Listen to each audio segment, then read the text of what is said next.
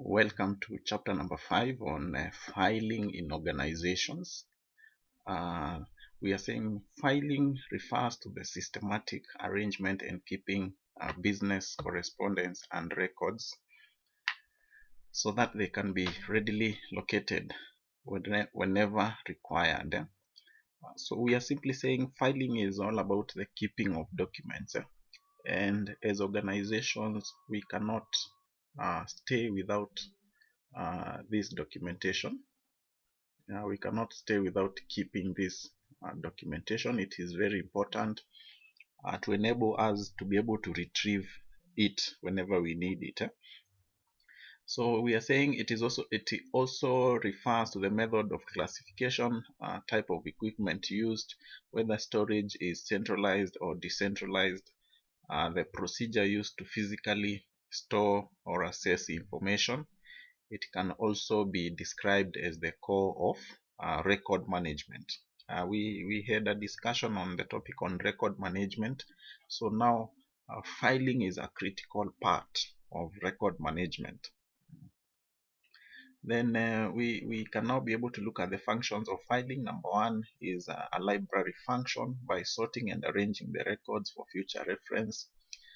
Administrative function by maintaining records of decisions and thereby helping the executive in framing business policies. The other one is the information function by maintaining, protecting, and supplying various types of information for various uses and purposes. So when we want any information, we can retrieve it from the files. And then we have history function. We are saying by preserving in a systematic manner the important records bearing on the progress of the organization. So we can use filing to provide history, look at where we are coming from and where we are going. That is very, very important. Then continuation, this is a repetition of that, so I will we will ignore it. Once you go through the notes, I will have cleared that. My apologies. Then we have objectives of filing. Filing as a process has the following major objectives. Number A is a proper arrangement of records, careful storing of records, and easy availability of records. And characteristics of a good filing system. We have quite a number of them. It should be simple, or what we call simplicity. It should be accessible. So whenever we need any documentation, it should be easier to get it. The other one is compactness. The filing section should occupy reasonable space in a view of cost implication. The other one is economy or economical. So we need to spend money as little as possible where we can to adopt a good filing system. Then we have flexibility. The filing system should be able to accommodate new files or new documents. The other one is safety, and this of course is the safety of records. Keep the files on places where they are not going to undergo wear and tear. So we can adopt shelves, drawers, cabinets, and also another characteristic is retention, and another one is classification. Then advantages of a good filing system. Number one is efficiency. Number two is ready reference. So a good filing system enables the office staff to handle the records properly without any delay. Yeah, so it saves time and brings efficiency in office operations. The other one is ready reference. Filing arrangements help the office staff to refer to the relevant papers and documents very, very quickly.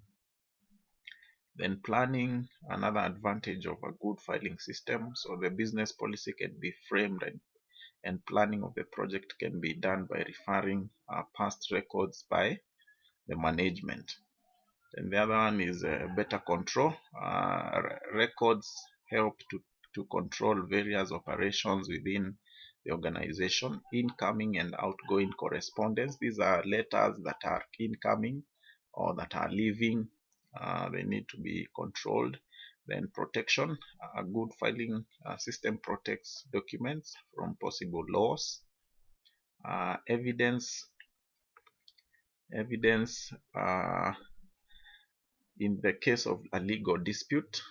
So our filed documents will provide documentary evidence in courts of law.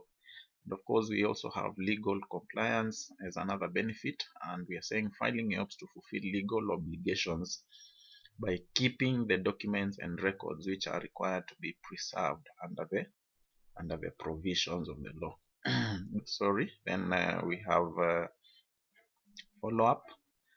Filing facilities follow action in cases of securing orders, collecting payments, and suppliers.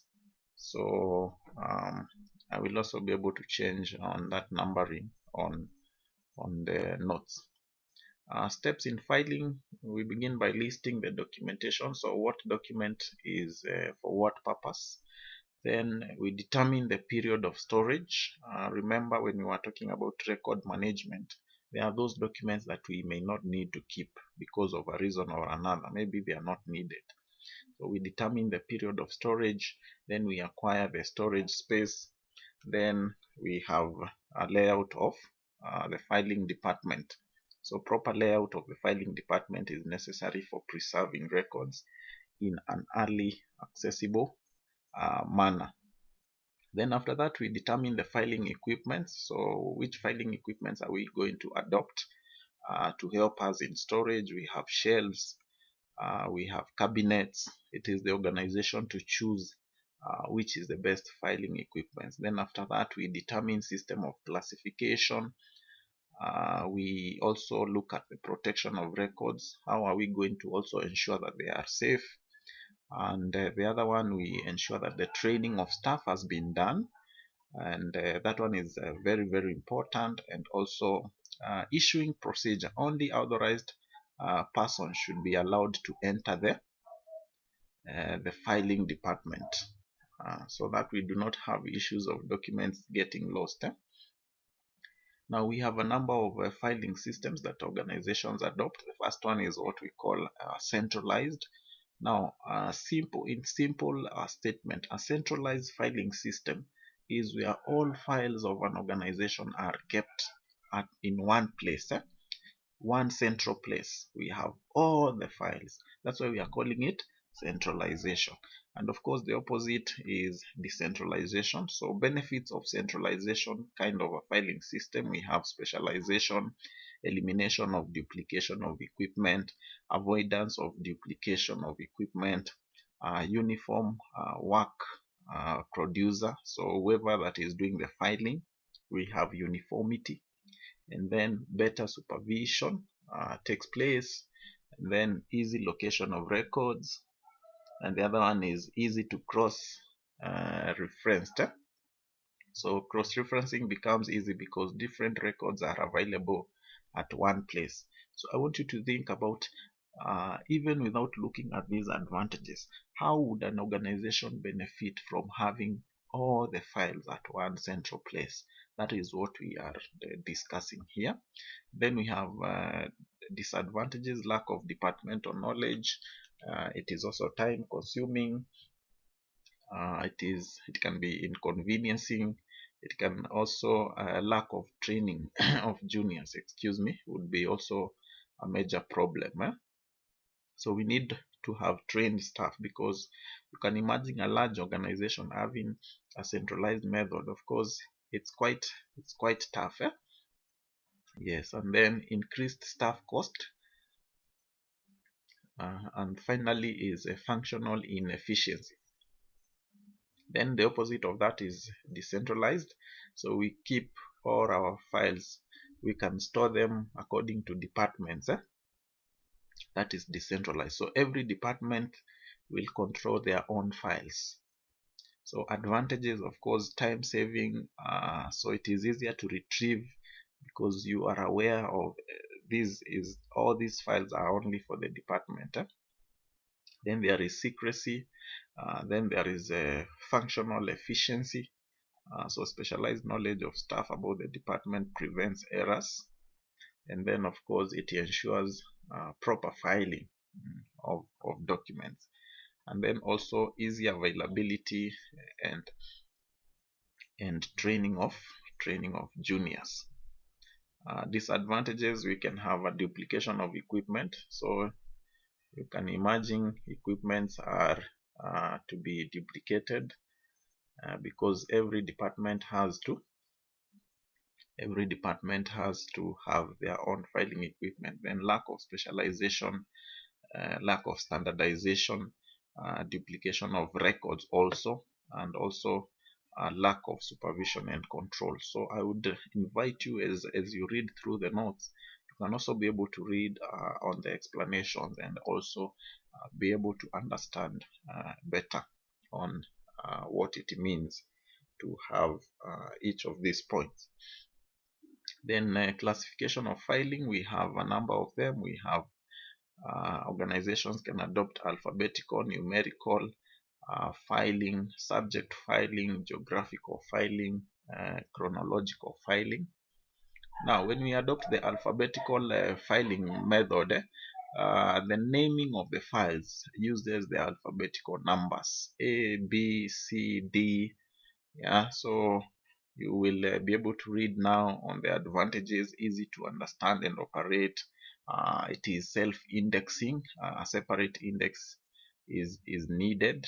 No separate index is needed. So provided you know the alphabetical numbers or letters, you can be able to use this kind of excuse me, a filing method. Then we have you can check on the disadvantages. We have the numerical ones. All files are located at a with a unique number. So they are located a unique number. So 1, 2, 3, that kind of a numbering.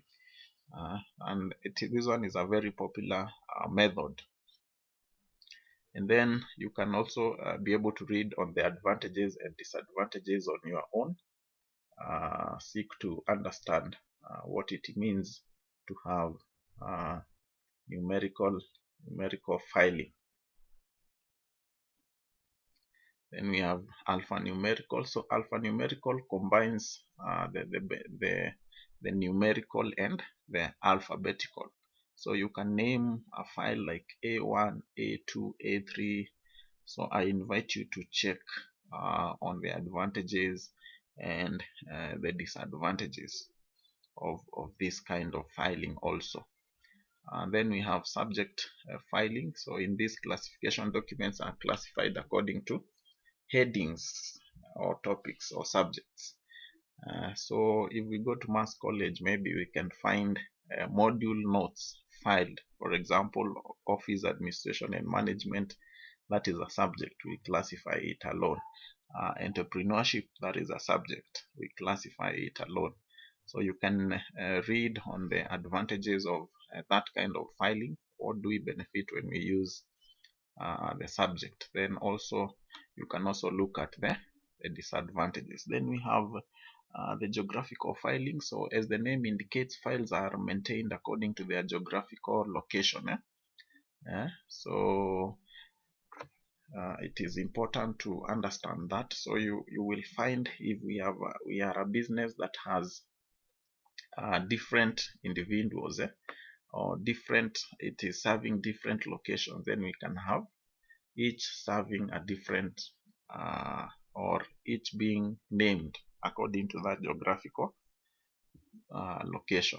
Then you can look at the advantages, disadvantages. This is quite a long topic.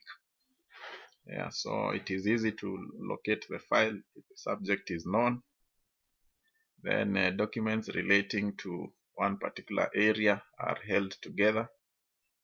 Yeah. Then finally, we have what we call chronological filing. Under this method, files are maintained according to the data. So we maintain these files according to the date that the document has come into the organization. That's why we are calling it chronological. So you can read on the advantages. When the dates are known, it is a useful method. It is for overall classification, e.g. correspondence in different years. It is very simple to operate and understand, hence staff can easily adopt. So chronological, any person can adopt that based on the date that the file has come into the organization. Then filing equipment, we have